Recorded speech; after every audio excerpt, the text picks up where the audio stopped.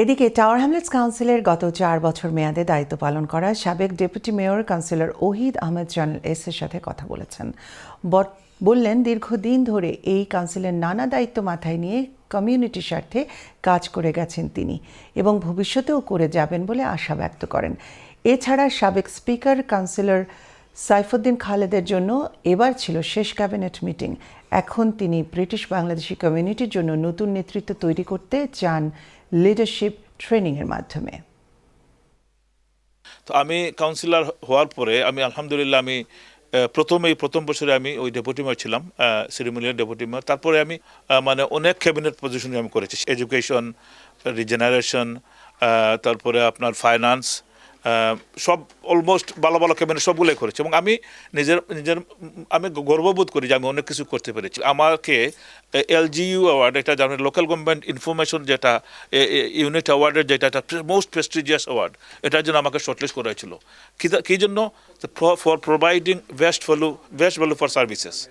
আমরা সমাজের জন্য এখানে রাজনীতি করি, আমার নিজের কোনো ব্যক্তিগত কোনো ইয়ে নেই। আমি প্রফেশনাল মানুষ, আমি আলহামদুলিল্লাহ এখান থেকে বাইর হয়ে আমি আমার কাজ করতেছি, আমি আমার সংসার চালাচ্ছি।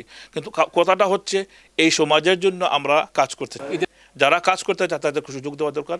এখন অনেক competent young brothers and sisters coming forward, we should allow them to come forward, we should train them, we should nurture them, we should mentor them, and we should prepare them for a future leaders. আমি সিদ্ধান্ত নিয়েছি যে councillor পদে আর প্রতিদ্বন্দ্বিতা করব না। কিভাবে returning অফিসারের দায়িত্ব পালন করা যায়, কিভাবে স্পিকারের দায়িত্ব পালন করা যায়, কিভাবে কাউন্সিলরের দায়িত্ব পালন করা যায়, কমিটি চেয়ার হিসাবে কিভাবে দায়িত্ব পালন করা যায়, কিভাবে ডেপুটি স্পিকার হিসাবে দায়িত্ব পালন করা যায়, আলহামদুলিল্লাহ ডাইভার্স এক্সপেরিয়েন্স আমার হয়েছে। এখানে সবচেয়ে বেশি যে জিনিসটা আমার ব্রেইনে স্ট্রাক করেছে যে কমিউনিটির রেসিডেন্টদের সাথে কমিউনিটির পলিটিক্যাল লিডারশিপ এবং অ্যাডমিনিস্ট্রেশনে যারা আছেন বা এই কাউন্সিলের যে অ্যাডমিনিস্ট্রেশনে যারা আছেন তাদের কমিউনিকেশনের বিশাল একটা গ্যাপ আছে। ডেমোক্রেটিক ডিসিশন মেকিং প্রসেসে আমাদের যত বেশি রিপ্রেজেন্টেশন থাকবে পারবে না। এই কারণে আমি মনে করি আমাদের এখনকার প্রজন্ম, পরবর্তী